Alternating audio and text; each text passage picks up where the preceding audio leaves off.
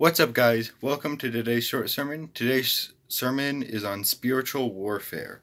We're going to be starting in Ephesians chapter 6, verses 10 to 20. A final word. Be strong in the Lord and in his mighty power. Put on all of God's armor so that you will be able to stand firm against all strategies of the devil.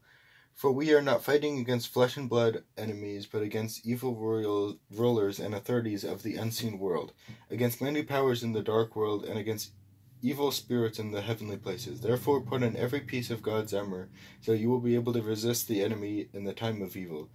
Then after you battle, you will be standing firm.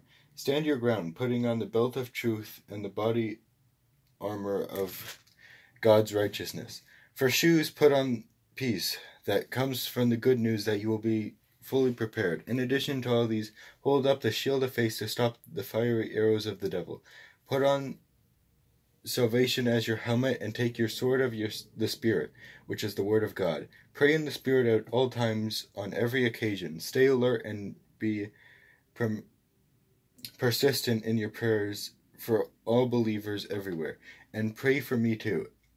Ask God to give me the right words so I can fully explain God's mysterious plan that the good news is for the Jews and Gentiles alike. I am in chains now still. I am in chains now, still preaching this message as God's ambassadors. So pray that I will keep on speaking boldly for him as I should. Right? So we need to be putting on the full armor of God.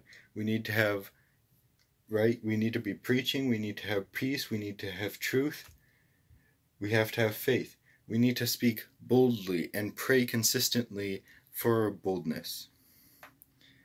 So Colossians 1, verses 15 through 17.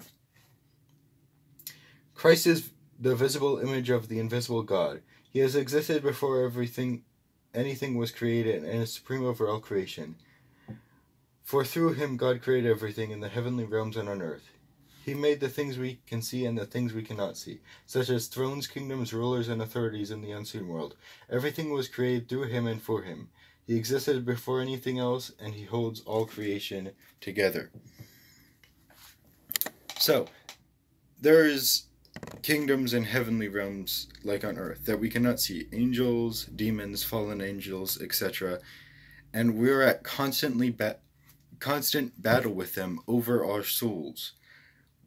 And the enemy is trying to trick us into saying, this is what you want, this is what you need.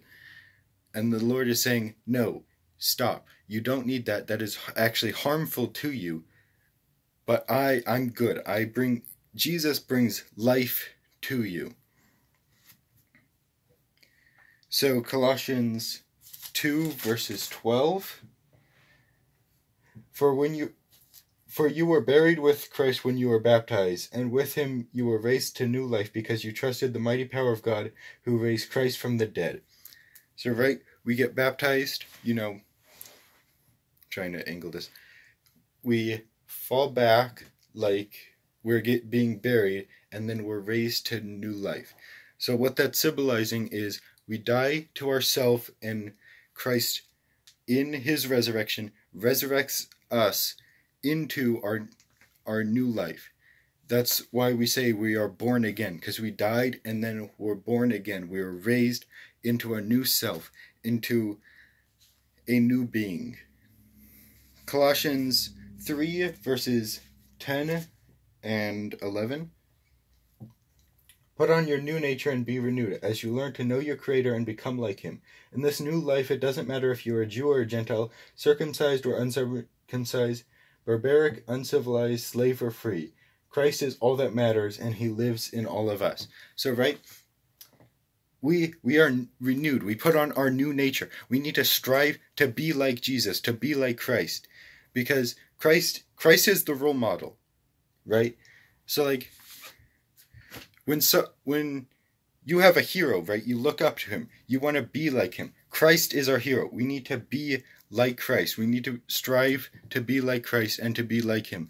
Loving others, praying for others, miracles, all of that. We need to be preaching the good news of Jesus because he saved us. And we need to love others and want to share Jesus. Because when you have something so good, you can't just keep it to yourself. You need to share it.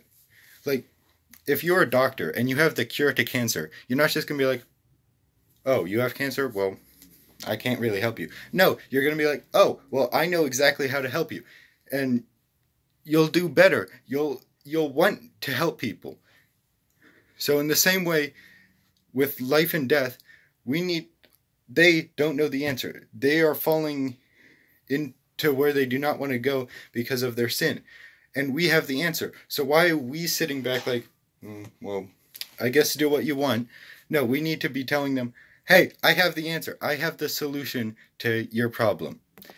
So, thank you for watching. Have a great day, and enjoy the rest of your day.